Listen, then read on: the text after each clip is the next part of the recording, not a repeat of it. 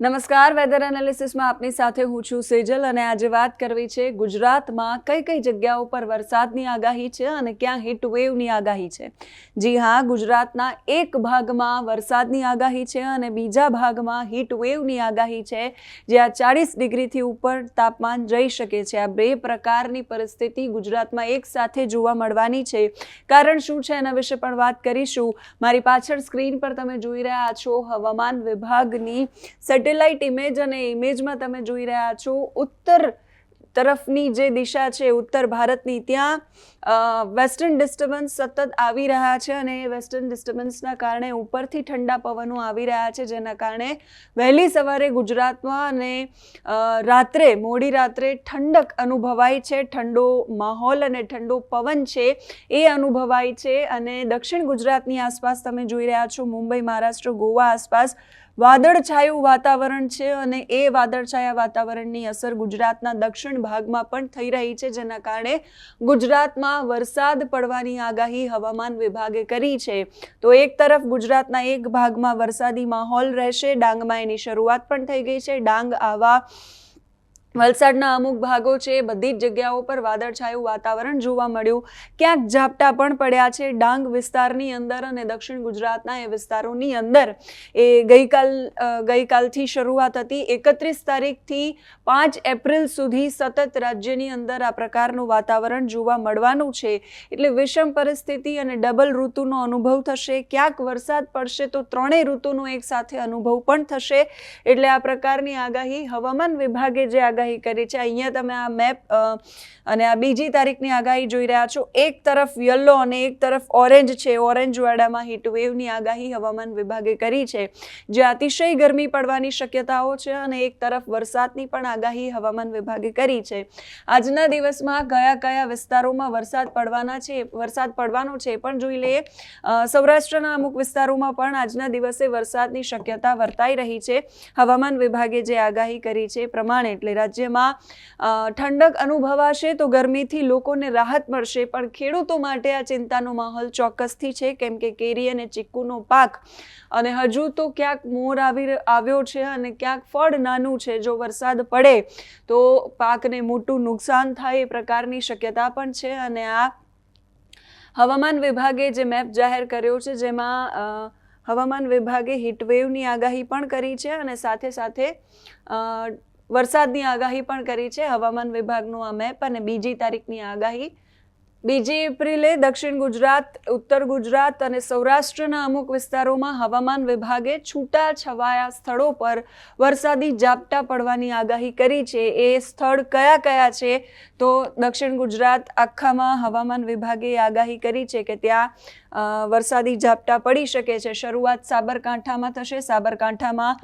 અરવલ્લીમાં, મહીસાગરમાં, પંચમહાલમાં, દાહોદમાં છૂટાછવાયા સ્થળોએ આજના દિવસે વરસાદી ઝાપટા પડી શકે છે. આ સિવાય વડોદરા છે, છોટાઉદેપુર છે, નર્મદા છે, ભરૂચ છે, સુરત છે, તાપી છે, ડાંગ છે. ડાંગમાં ગઈકાલે અમુક વિસ્તારોમાં ઝાપટા પડ્યા છે. વાદળછાયું વાતાવરણ પણ જોવા મળ્યું છે. નવસારી, વલસાડ સહિતના વિસ્તારોમાં, વડોદરામાં, છોટાઉદેપુરમાં, નર્મદામાં પણ ગઈકાલે વાદળછાયું વાતાવરણ હતું અને કાળા ડિબાંગ વાદળો પણ અમુક જગ્યાએ જોવા મળ્યા છે. એટલે ચૈતરમાં અષાઢી માહોલ ડાંગમાં છવાયો છે અને એની સાથે સાથે દમણ, દાદરા, નગર હવેલીમાં પણ હવામાન વિભાગે છૂટાછવાયા સ્થળો પર વરસાદની આગાહી કરી છે. સૌરાષ્ટ્રમાં જ્યાં અસર થવાની છે એ ગીર સોમનાથ, અમરેલી અને ભાવનગર છે, કે જ્યાં વરસાદ પડવાની શક્યતા છે. છૂટાછવાયા ઝાપટા પડી શકે છે એ ભાવનગરના અમુક વિસ્તારોની અંદર. જે વિસ્તારોની અંદર વરસાદી ઝાપટા નહીં પડે આ જિલ્લાઓમાં, ત્યાં બધી જ જગ્યાએ ગરમીનું પ્રમાણ પણ વધારે રહેવાની આગાહી છે.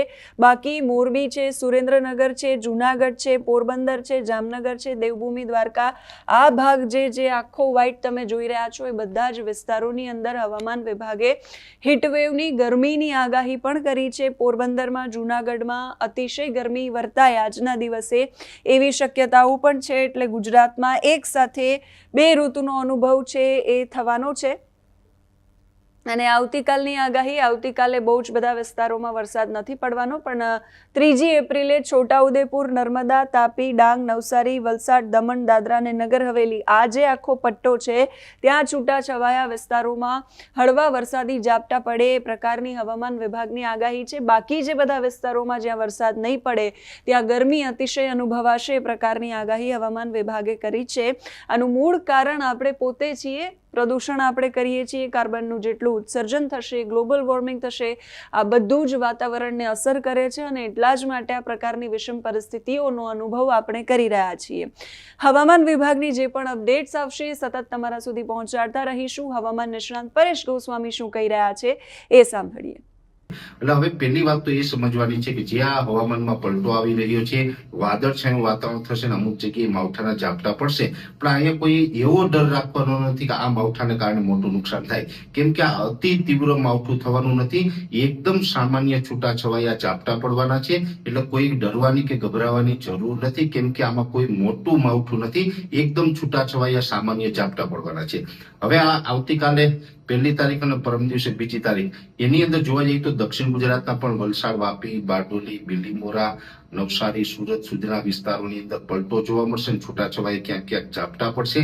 એવી રીતે સૌરાષ્ટ્રની અંદર બોટાદ, ભાવનગર હોય, અમરેલી, ગીર સોમનાથ, જુનાગઢ અને રાજકોટના એકલ દોકલ સેન્ટર, એમાં પણ રાજકોટના દક્ષિણ તરફના વિસ્તારો છે એમાં કદાચ સામાન્ય છૂટાછવાયા ઝાપટા 1 અને 2 તારીખે 2 દિવસ સુધી પડી શકે છે. સૌરાષ્ટ્રના જે પોરબંદર, દ્વારકા, જામનગર, મોરબી, સુરેન્દ્રનગર, પ્રોપર રાજકોટ, આ વિસ્તારોને હાલ કોઈ માવઠાનો ખતરો નથી. બની શકે કે એમાં કોઈ વિસ્તારમાં વાદળ જોવા મળે, પણ ત્યાં માવઠાનો ખતરો દેખાતો નથી.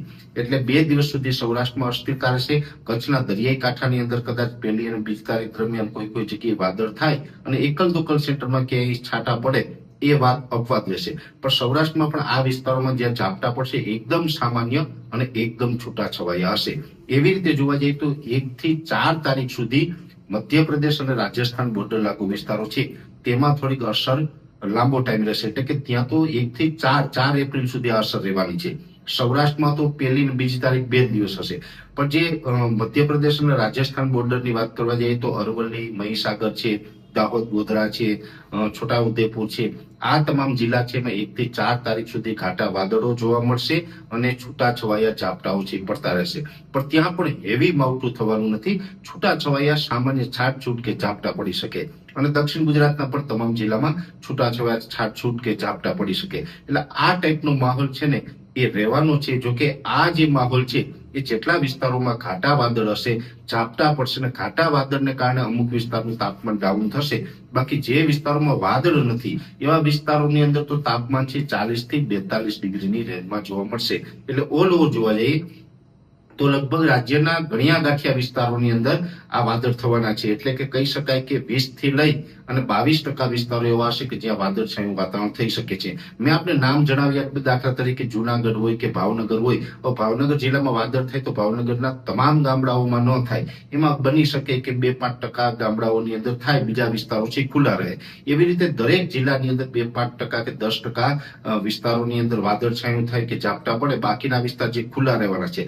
જે વિસ્તારો ખુલ્લા રહેવાના છે કે જ્યાં વાદળ નથી થવાનું, ત્યાં તાપમાન છે 40 થી લઈને 42 ડિગ્રીની રેન્જમાં જોવા મળશે.